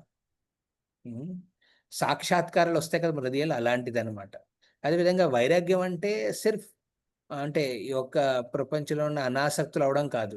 వైరాగ్యం అంటే ఈ భౌతిక ప్రపంచంలో ఉన్న పదార్థాల మీద ఉన్న మన ఆసక్తి మనం కృష్ణుడి వైపు మళ్ళించుకుంటాం. దాన్ని వైరాగ్యం అంటారు అనమాట. ఈ రెండింటి మీద ఫోకస్ ఎవరు పెట్టలేదు అనమాట మహారాష్ట్రలో. ఈ కవులు ఎవరు, వాళ్ళు ఓన్లీ భక్తి మీద పెట్టారు. అందుకే ఏం చేసింది ఆవిడ? నెమ్మదిగా తన మార్పు చేసింది. తను వెళ్ళింది ఎక్కడికి వెళ్ళిందండి? Next place Gujarat, Saurashtra. సౌరాష్ట్ర సౌరాష్ట్రకి చేరుకుంది. సౌరాష్ట్ర చేరుకున్న తర్వాత ఆ సమయం ఏ సమయం అండి? ఏ సమయం అయితే శ్రీ చైతన్య మహాప్రభు ఈ ప్రపంచంలో భక్తి ఆందోళన పంచడానికి ఎక్కడ ఆయన జన్మించింది? ఈ గౌడ దేశంలో. ఈ గౌడ దేశంలో ఆయన ప్రకటమయ్యి ఈ భక్తిని ప్రాచుర్యం చేస్తున్నారు అనమాట. ఆ సమయంలో సౌరాష్ట్రలో ఏం నడుస్తుందండి? అందరూ బనియాలన్నమాట, వ్యాపారస్తులు. వాళ్ళకి డబ్బు ఒక్కటే కనపడుతుంది. ఎస్, భక్తిని వాళ్ళు మర్యాద ఇచ్చారు, కానీ ఒక మందిరం నిర్మించి అక్కడే ఉండమన్నారు భక్తిని. బయటికి రాకు. భార్యలను పంపేవారు, పూజలు చేసుకో అక్కడ, నన్ను ఇరికించుకు, నేను ధనాన్ని సంపాదించాలి. భక్తినే పట్టించుకోవాలంటే జ్ఞానవారిని ఎక్కడ పట్టించుకుంటారండి? అందుకే సౌరాష్ట్రలో ఒక సమయంలో భక్తి కూడా క్షీణించడమైంది. అందరూ ఆర్భాటంగా జన్మాష్టమి చేసేవారు, వైభవంగా చేసేవారు, గోవర్ధన పూజలు అన్నీ. కానీ అందులో భక్తి ఉండేది కాదు. నేను ఎంత ఖర్చు పెట్టాను, నేను ఆ భగవంతుడి విగ్రహానికి ఎంత బంగారాన్ని పూశాను, వెండి ఎంత ఇచ్చాను అనే భావనతోనే ఉన్నారు. కానీ అరే భగవంతుడి భక్తి భావనతో ఒక్క జపం చేయడం, సంకీర్తన చేయడం, భాగవతం వినడం అనే ఆస్పెక్ట్లు పక్కన పెట్టేశారనమాట. ఆ విధంగా సౌరాష్ట్రలో ఆవిడ కూడా నెమ్మదిగా క్షీణించి అనారోగ్యులయ్యి వాడు కూడా వృద్ధురాల కింద మారిపోయింది. అప్పుడు వాళ్ళ ముగ్గురు కలిసి తల్లి తన ఇద్దరి పిల్లల్ని భక్తి తన జ్ఞాన వైరాగ్యాలని తీసుకొచ్చి బృందావనానికి వచ్చిందనమాట. బృందావనం రావగానే ఏం చేసింది ఆవిడ? ఎస్, ఏం చేసింది ఆవిడ? నదిలో స్నానం చేసిందండి, యమునా నది. యవనా స్థితికి చేరుకుంది. మళ్ళీ వృద్ధురాల కింద ఉన్న ఆవిడ మళ్ళీ యువతి కింద మారింది, ఒక అందమైన యువతి కింద. అంటే భక్తి మళ్ళీ ప్రజ్వలించింది అనమాట బృందావనంలో. గోవర్ధన పరిక్రమ చేసింది, నది స్నానం చేసింది. దీంతో పాటు ఇంకోటి చేసింది ఆవిడ. ఏం చేసింది?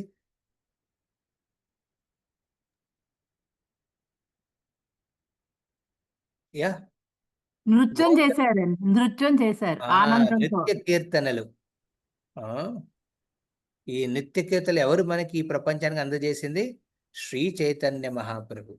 సో ఇది మహాప్రభు కాలం అన్నమాట. మహాప్రభు వచ్చి భక్తిని సంకీర్తన ఉద్యమం ద్వారా ప్రపంచానికి అందజేసిన కాలం.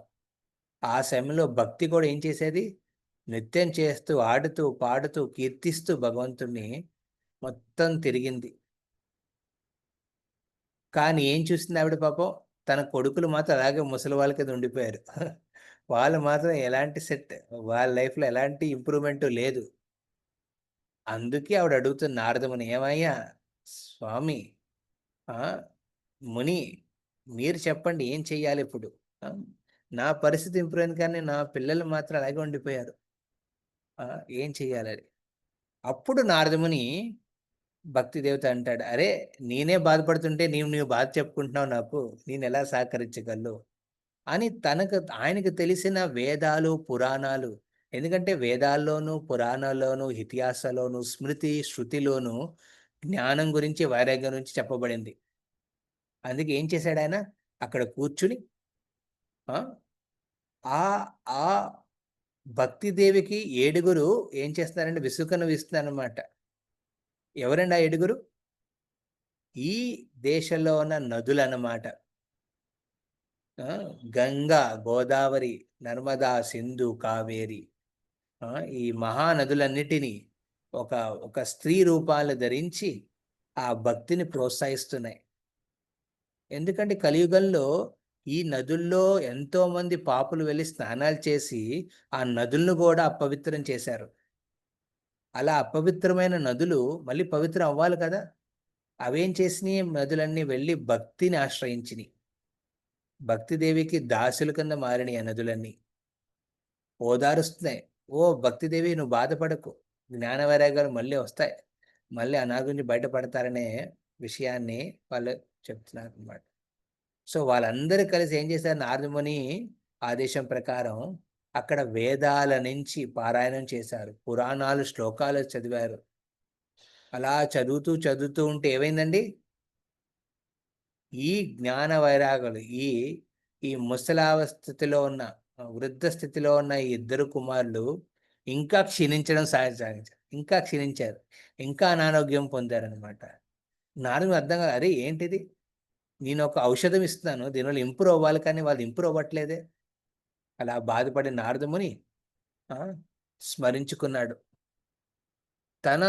తన గురువుని స్మరించుకున్నాడు, కృష్ణుణ్ణి. అదేవిధంగా తన తండ్రిని స్మరించుకున్నాడు, బ్రహ్మదేవుడిని స్మరించుకుని యాచిస్తున్నాడు ఎలాగ ఈ జ్ఞానవేగం మళ్ళీ తీసుకురావాలని. అప్పుడు అక్కడ చతుర్కుమారులు అక్కడ ప్రవేశం అవుతారనమాట. ప్రాకట్యమై అక్కడ చతుర్కుమారులు సనత్ కుమార సనందనులు ఈ నలుగురు వచ్చి నారదమునికి చెప్తారు, ఓ నారద, అన్ని శాస్త్రాలను నువ్వు చదివిన అందులో సారాన్ని మాత్రం మీరు గ్రహించలేరు, అందుకే వేదాంతం ఇవ్వబడింది. కానీ ఈ వేదాంతాన్ని కూడా సరిగ్గా అర్థం చేసుకోవడానికి మనం భాగవతాన్ని ఆశ్రయించాలని ఆ నలుగురు కుమారులు చెప్తారనమాట. అప్పుడు నారదముని ఆ నలుగురు చతుష్కుమారులు కలిసి ఆ వృద్ధావస్థలో ఉన్న తన భక్తిదేవి కొడుకులు మధ్యలో పెట్టుకొని 7 రోజుల పాటు భాగవతాన్ని పారాయణం చేశారు, అమల పురాణ శ్రీమద్ భాగవతాన్ని. అలా పారాయణం చేసిన 7 రోజులకి మళ్ళీ ఈ జ్ఞాన వైరాగ్యులు చిన్న పిల్లల కింద మారారు. భక్తిదేవి చిన్న చిన్న పిల్లల కింద మారారు వాళ్ళు. ఇది భాగవత మహాత్మ. సో మనం భక్తి చెయ్యొచ్చు. నేను చాంటింగ్ చేస్తున్నాను, నేను సేవ చేస్తున్నాను, ఆన్లైన్లో జూమ్లో నేను అన్ని అటెండ్ అవుతున్నాను, బాగున్నాయి, యాత్రలకు వెళ్తున్నాను, షాపింగ్ చేస్తున్నాను, యాత్రలకు వెళ్ళి అన్నీ కొనుక్కుంటున్నాను, కొత్త కొత్త ప్లేసెస్ చూస్తున్నాను. అది ఒక్కటి సరిపోదు. హరినామంతో పాటు మనం భాగవతాన్ని కూడా ఆశ్రయించినప్పుడే మన హృదయంలో జ్ఞానం, వైరాగ్యం రెండు ప్రకాశం అవుతాయి అన్నమాట. ఈ రెండు లేక చేసే భక్తి జనరల్గా సెంటిమెంట్ కింద ఉండిపోతుంది. చాలామంది అంటే ఎమోషనల్గా భక్తి చేస్తారనమాట. ఓ భగవంతుడా, నువ్వు లేక నేను లేను, నువ్వే నాకు దిక్కు, అంతే. జనకాతులున్న అండర్స్టాండింగ్ భగవంతుడు ఎవరు, ఆయనతో సమయం ఎలా ఏర్పించుకో దాని గురించి అసలు ఆలోచించరు.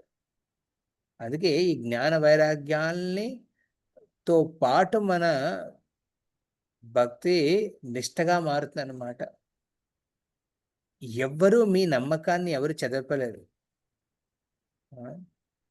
ఎవరు దాన్ని తీయలేరు మీ మనస్సు నుంచి. అలాంటి జ్ఞాన వైరాగ్యం మనకు అవసరం.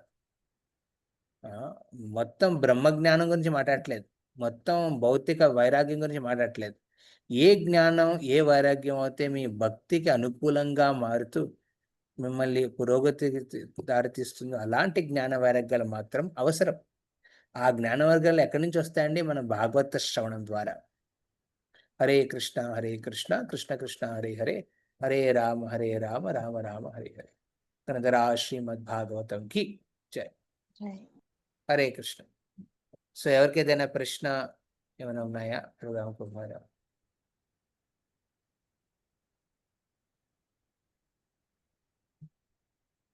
ఎస్, ప్రశ్న లేకపోతే ఏదైనా పాయింట్ మీరు చెప్పాలనుకుంటున్నారా ఇవాళ విన్న దాంట్లో?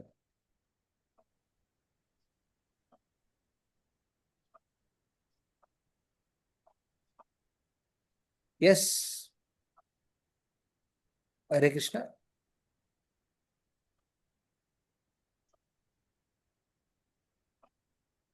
మీరు మాట్లాడితేనే మీకు ఏం అర్థమైందో, మీకు ఏ జ్ఞానం వచ్చిందో, మీలో ఎంత వైరాగ్యం ఉందో తెలుస్తుంది.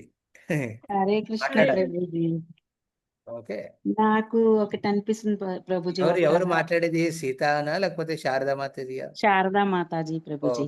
ఎస్, నాకు విన్నది ఒకటి అనిపిస్తుంది ప్రభుజీ. ఏంటంటే ఒక రాజు ఉన్నారు.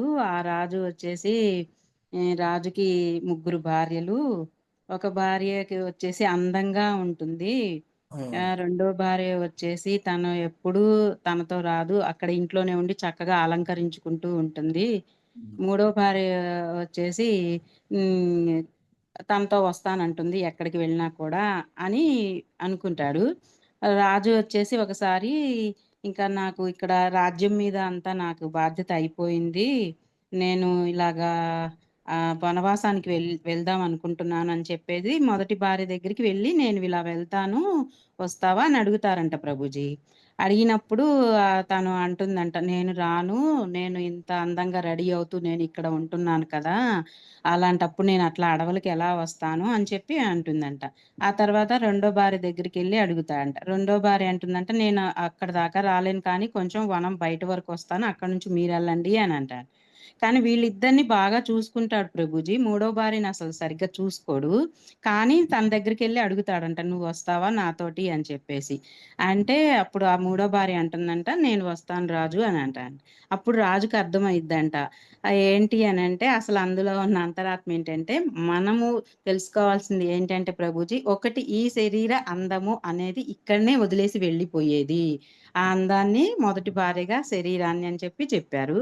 రెండవదొచ్చేసి బంధుమిత్రులు, మనం అలంకరించుకునేవి కానీ ఏవైనా ఆ బంధుమిత్రులు కూడా మనతోటి చివరిదాకా రారు. కొంచెం అక్కడి వరకే వస్తారు అనేసెప్పి వనము బయట వరకే వచ్చి ఎళ్ళిపోమన్నారన్నట్టుగా అక్కడి వరకే వస్తారు అని.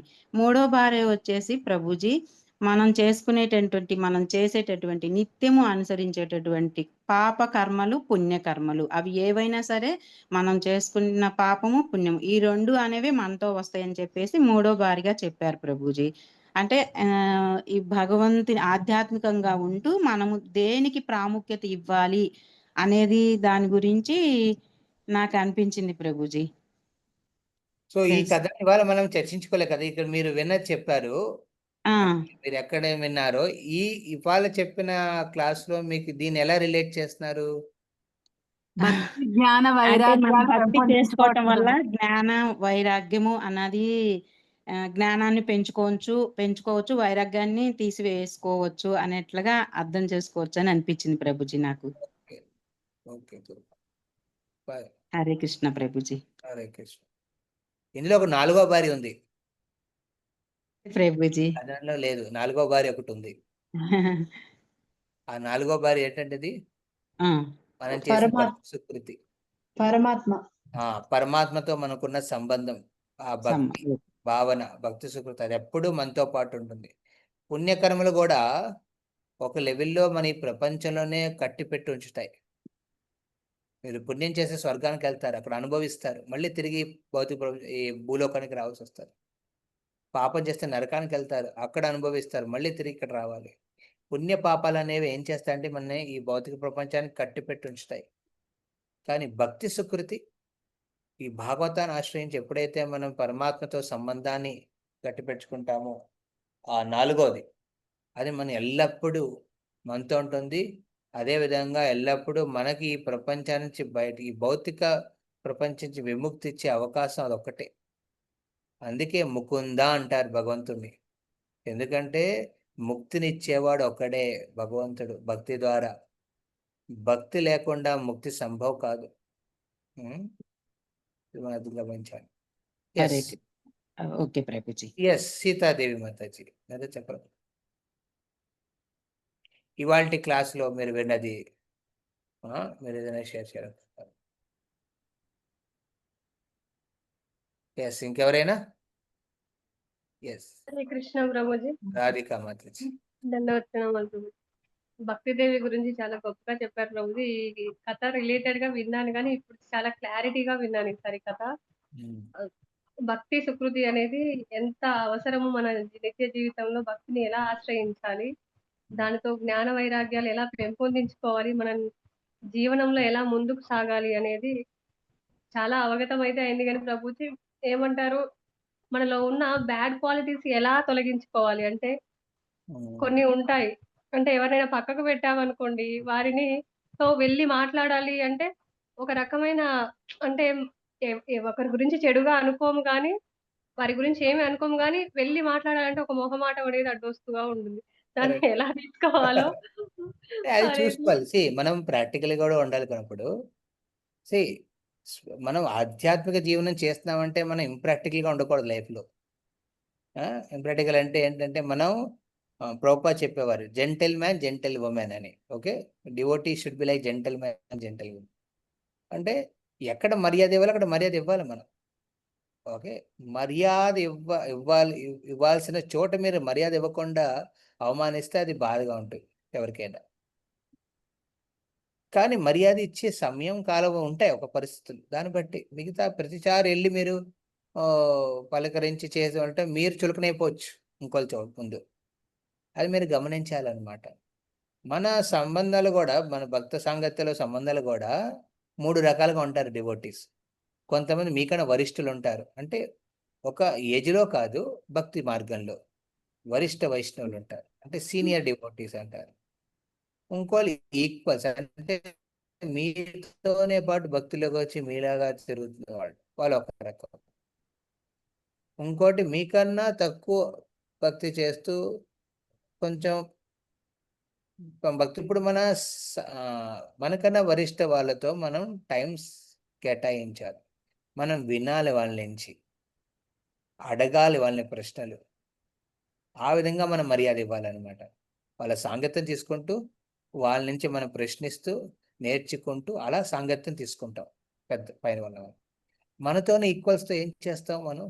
అందులో కూడా మీతో ప్రేమ ఆప్యాయతో నమ్మకస్తుగా ఉన్న వాళ్ళతో మీరు ఒక గ్రూప్ కింద ఉంటూ వాళ్ళతో మీ బాధలు సుఖాలు దుఃఖాలు అవన్నీ షేర్ చేసుకుంటూ భక్తిలో ముందుకెళ్తారనమాట. వాళ్ళకు కూడా ఇలాంటి భావన కూడా ఉండాలి. అంటే వాళ్ళు కూడా మీ రకంగా ఉండాలన్నమాట. అంటే భక్తిని ఉద్దేశించి ఉన్నవాళ్ళు. ఇప్పుడు అభక్తులు ఉంటారు మీలో, అంటే వాళ్ళు భక్తి చేయాలి కానీ మీ ఈక్వల్స్, అంటే బయట బహిరంగ లోకంలో బాహ్య లోకంలో మీలాగే ఉంటారనమాట. వాళ్ళకు కూడా మీరు ఏంటంటే ఆ లెవెల్ దాకా ఉన్న పరిస్థితి దాకా మీరు ఆ సమయాన్ని కేటాయించాలి ఈక్వల్స్తో. అక్కడ ఈర్ష్య పెట్టుకోకూడదు. అక్కడ ఈర్ష్య అలాంటి పెట్టుకుంటే అపార్థాలు అవుతూ ఉంటాయి, అప్పుడు గొడవలు అవుతాయి, కానీ తర్వాత సర్దుకుపోతాయి, అది ప్రాబ్లం లేదు. కానీ ఒకటి హృదయంలో పెట్టుకుని స్ట్రాంగ్గా కొంతమంది ద్వేషంతో ఉంటారు మీతో, వాళ్ళతో దూరంగా ఉండాలి మీరు. భక్తుల్ని మిమ్మల్ని ద్వేషించే వాళ్ళు, మిమ్మల్ని భౌతికంగా కింద పెట్టాలనే ఉద్దేశంతో ఉన్న వాళ్ళతో కొంచెం దూరంగా ఉండాలి, కేర్ఫుల్గా ఉండాలి అనమాట. మీకన్నా తక్కువగా భక్తి చేస్తున్న వాళ్ళు, మిమ్మల్ని ఆశ్రయిస్తున్న వాళ్ళు ఏం చేయాలి? మీరు సమయం ఇవ్వాలన్నమాట. సీనియర్స్తో సమయం తీసుకోవాలి, మీ ఈక్వల్స్తో సమయం గడపాలి, మీకన్నా కింద లెవెల్లో ఉన్న వాళ్ళకి సమయం ఇవ్వాలి. సో ఈ విధంగా మనం కేటాయించాలన్నమాట. ఇప్పుడు దారిపోయిన కొంతమంది ఉంటారు, వాళ్ళు మీకు మీద ఎలాంటి అండర్స్టాండింగ్ లేదు, న్యూట్రల్గా ఉంటారు. వాళ్ళతో మీరు న్యూట్రల్గా ఉండండి. మిమ్మల్ని ద్వేషిస్తారు కొంతమంది, కొంచెం జాగ్రత్తగా ఉండండి. కొంతమంది కొన్ని అపార్థాలు అయినాయి, ఓకే, ఈక్వల్స్లో అపార్థాలు అయినాయి, ఓకే, అది మీరు వాళ్ళతో సంబంధం గట్టిపరచాలనుకుంటుంటే, దృఢంగా మార్చుకోవాలనుకుంటున్నారు, మీరు వెళ్ళి మాట్లాడండి. అదే కదా, ఎక్కడ తగ్గాలో ఎక్కడ నెగ్గాలో తెలుసుకోవాలి సంబంధాలు. Very important. పృథు మహారాజు ఇంద్రుడి మధ్య అదే అయింది కదా. పృథు మహారాజు తగ్గాడు, ఇంద్రుడు ఎంతో ప్రశంసించాడు పృథు మహారాజు. అరే, నువ్వు లాస్ట్ మూమెంట్ దగ్గర వచ్చి ఇక్కడ తగ్గిపోయావు నా ముందు. ఈ ఫెల్ట్ హ్యాపీ. ఓకే, ధన్యవాదాలు ప్రభుజీ, చాలా చాలా ధన్యవాదాలు. ఓకే, మనం ఇక్కడ సమాప్తి చేద్దాం. మళ్ళీ నెక్స్ట్ వీక్ మళ్ళీ. ఇంకెవరైనా ఏదైనా మాట్లాడుకుంటున్నారా? హరే కృష్ణ. హరే కృష్ణ ప్రభుజీ, ధన్యవాద్, ప్రణామం ప్రభుజీ. నాగలక్ష్మి. హరే కృష్ణ ప్రభుజీ, ఈరోజు భాగవతంలో చెప్పిన విషయం, భక్తీదేవి అంటే ఎవరో, అంటే భక్తీదేవికి జయ అని చెప్తాం పొద్దున్న మంగళారతికి. ఆమె గురించి ఈరోజు క్లారిటీగా మాకు ఈరోజు అర్థమైంది ప్రభుజీ, చాలా బాగా చెప్పారు. భక్తీదేవి అంటే ఎవరు అనేది కూడా నాకు ఇప్పటికీ అది ఒక ప్రశ్నలాగా అయ్యేది, అది క్లియర్ అయింది ప్రభుజీ. చాలా చాలా ధన్యవాదాలు ప్రభుజీ, చాలా బాగుంది ప్రభుజీ. హరే కృష్ణ. భాగవతంలో చాలా హ్యాపీ ప్రభు. ఈరోజు ఆ క్వెషన్ ఉండిపోయింది అనుకున్నాను కానీ మంచిగా చెప్పారు ప్రభు. చాలా బాగా చెప్పారు. బాగుంది ప్రభుజీ. ఈరోజు ప్రభుజీ ఇంకో విషయం ఏంటంటే జగన్నాథ్ టెంపుల్‌కి మీరు నాకు సేవ ఇచ్చారు ప్రభు. ఈరోజు నాకు సేవ ఇచ్చారు. వెళ్తున్నాను ప్రభు సాయంత్రం విగ్రహ సేవ. రాజభోగం. అవును ప్రభు. రాజభోగం చాలా రాజభోగం కాదు, సంధ్యాభోగం కదా. సంధ్యాభోగం ప్రభు. సంధ్యాభోగం. చాలా చాలా ధన్యవాదాలు ప్రభుజీ. మీరు నేనే మీ అందరూ ఆతృత ఉంది, అందుకే మీరు టెంపుల్కి వచ్చే సంకల్పం. ఇంత ఉయ్యూరు నుంచి రావాలి మీరు ఇక్కడ విజయవాడకి. చాలా అవన్నీ మీరు మోహిని మాతాజీతో కాంటాక్ట్ లో ఉండండి. అలాగే ప్రభు. అలాగే మోహిని మాతాజీ, మోహిని రూప మాతాజీ మీకు అన్ని గైడెన్స్ అని ఏమైనా ఇబ్బందులు ఉన్నా ఏమైనా ఉన్నా వాళ్ళు చెప్పండి. అని కొన్ని స్టాండర్డ్స్ ఉన్నాయి, అవి మీరు పాటించాలి. ఓకే, విగ్రహ సేవ అంటే కొన్ని స్టాండర్డ్స్ ఎక్స్పెక్టెడ్. అలాగే ప్రభుజీ, తప్పకుండా ప్రభుజీ. భక్తి 3 రకాలు యాక్చువల్లీ. భక్తిదేవి ఒకటి ఏంటంటే తులసి దేవిని కూడా భక్తిదేవి అంటాం, ఎందుకంటే తులసిదేవి మనకు భక్తిని ఇస్తుంది అనమాట. ఆవిని కూడా భక్తిదేవి అంటాం. ఇంకోటి భక్తిదేవి అనేది ఎవరు? సాక్షాత్తు శ్రీమతి రాధారాణి. ఆవిడ భక్తి స్వరూపం కదా, ఆవిడని కూడా భక్తిదేవి అంటారు. కానీ ఈ పద్మపురాణంలో చెప్పిన భక్తిదేవి స్పెసిఫిక్గా ఈ భక్తి ఆందోళనం ఎలాగ దక్షిణ భారతంలో స్టార్ట్ అయ్యి అలా మధ్వాచార్య రామానుజాల ద్వారా ప్రగతి పొంది తర్వాత ఈ తుకారామం ఎన్నో కవుల ద్వారా, అన్నమాచార్యుల వాళ్ళ ద్వారా ప్రాచుర్యం పొందింది. కానీ గుజరాత్లో ఎక్కడైతే ధనికం సంపద గురించి ఎక్కువ ఫోకస్ పెట్టి భౌతిక సుఖాల గురించి ఆలోచించారో ఆవిడ వెనకబడిపోయింది. అప్పుడు మహాప్రభు వచ్చి, చైతన్య మహాప్రభు వచ్చి బృందావన మహిమను బయటకు తీసుకొచ్చి అందులో భాగవతాన్ని కూడా పెట్టి మళ్ళీ ఆ భక్తిదేవిని తన 2 కుమారైన జ్ఞాన వైరాగ్యాలని మళ్ళీ ఇది ఒక అలిగోరిక్ స్టోరీ అంటారన్నమాట. ఇదంటే రియల్గా అవ్వలేదు ఇలాగ భక్తిదేవిది. ఇది ఒక పద్మపురాణంలో ఒక కాల్పనిక కథ అన్నమాట ఇది. ఓకే, కాల్పనిక కథ.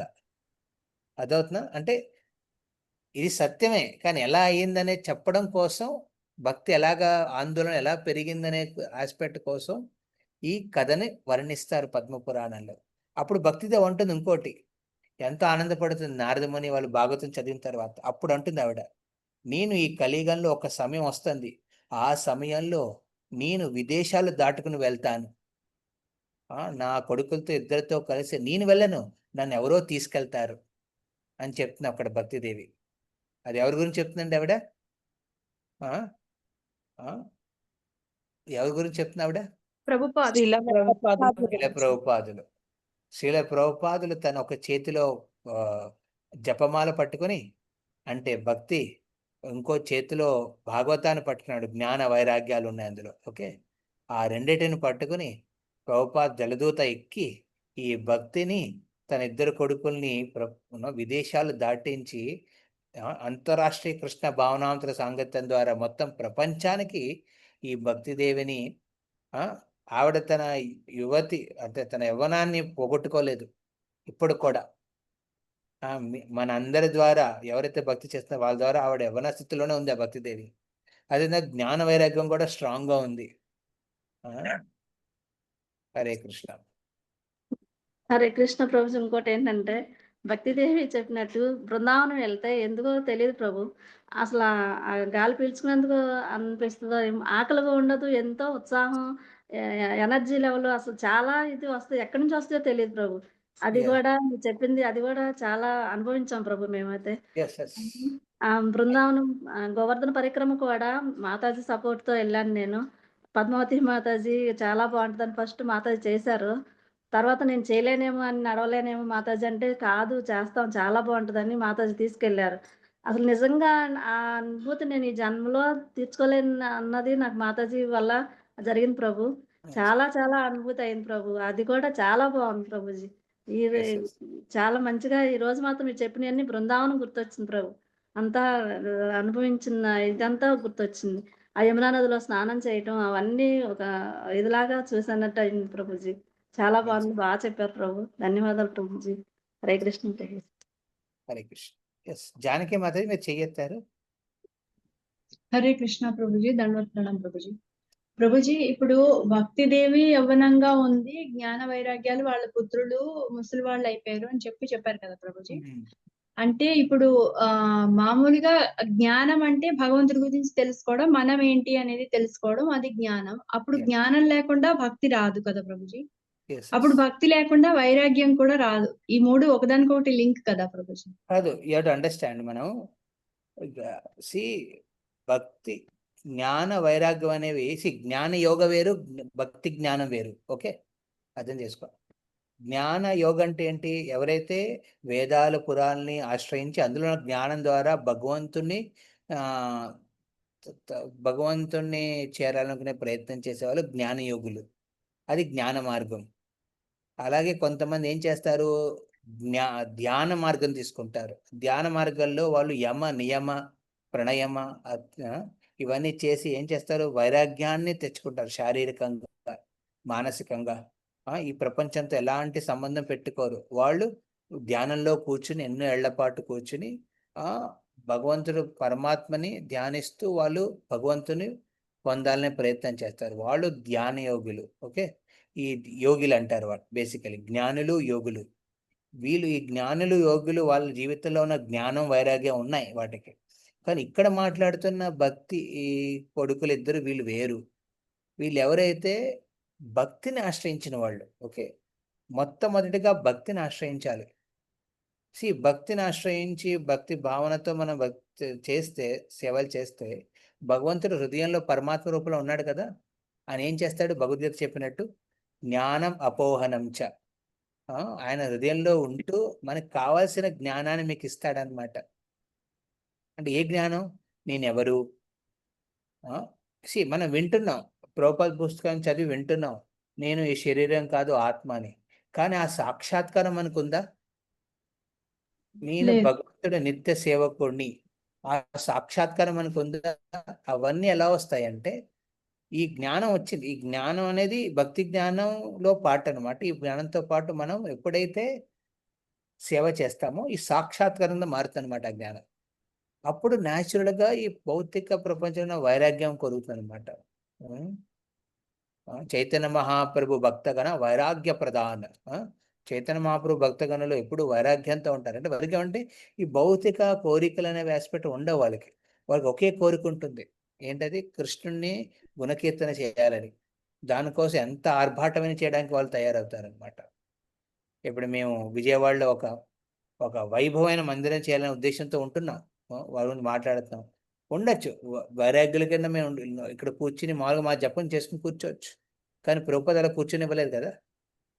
ప్రభుపాద మొత్తం ప్రపంచం తిరగమంటున్నారు. భగవంతుడు గుణకీర్తన చేయడానికి ఎంత వైభవంగా చేయాలని కుదిరితే అంత చెయ్యండి అంటారు. అందుకే ఇప్పటిదాకా ప్రభుపాదు అప్రకటమైన తర్వాత కూడా మందిరాలు ఎన్ని వైభవంగా వచ్చినాయి. ప్రభుపాద ఉన్నప్పుడు 108 ఉండేవి, ఇప్పుడేమో 680 ఉన్నాయి. సో వీటికి డిఫరెన్స్ ఎందుకంటే ఇది వైభవాన్ని పొంది. ఇది ఇక్కడ వైరాగ్యం ఎక్కడుంది? ఇక్కడ ఇది వైరాగ్యమే. ఏంటి? భౌతిక వైరాగ్యం. ఆధ్యాత్మికంగా వాళ్ళు ఎంతో చేయాలనుకుంటారు. సో భక్తి ద్వారా వచ్చే జ్ఞాన వైరాగ్యాలు వేరనమాట. ధ్యాన మార్గాన్ని పక్కన పెడితే. ఓకే, ధన్యవాదాలు. Hare Krishna. So thank you very much. Already time మీకు ఇళ్లలో ఇంకా ఆస్పెక్ట్ చేసుకోవాలి. హరే కృష్ణ. చంద్రా శ్రీమద్ భాగవతంకి. హరే కృష్ణ. ధన్యవాదాలు ప్రభుజీ. హరే కృష్ణ. హరే కృష్ణ. ధన్యవాదాలు ప్రభుజీ. ధన్యవాదాలు ప్రభుజీ. హరే కృష్ణ. హరే కృష్ణ. సో నేను ఇక్కడ ఎండ్ చేస్తున్నాను. హరే కృష్ణ. చంద్రా శ్రీమద్ భాగవతంకి, శ్రీల ప్రభుపాదికి జై. హరే కృష్ణ.